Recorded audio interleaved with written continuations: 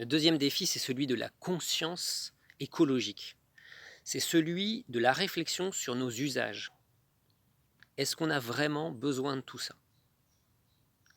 Et si oui, est-ce qu'on sait ce que ça entraîne derrière?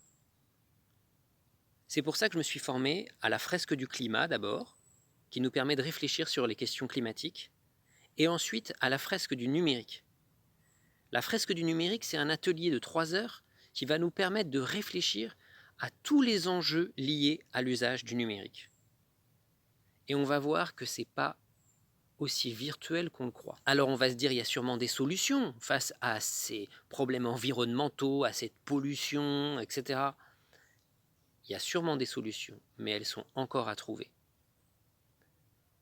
Et si on pense que le recyclage va suffire, on se trompe complètement, parce qu'on n'a pas notion de tout ce que implique la création, la fabrication, le transport, le recyclage, la mise en déchetterie, les matériaux nécessaires, les usines qu'il faut. Et derrière, tout ça, ça a un coût. Ça a un coût énergétique, ça a un coût humain.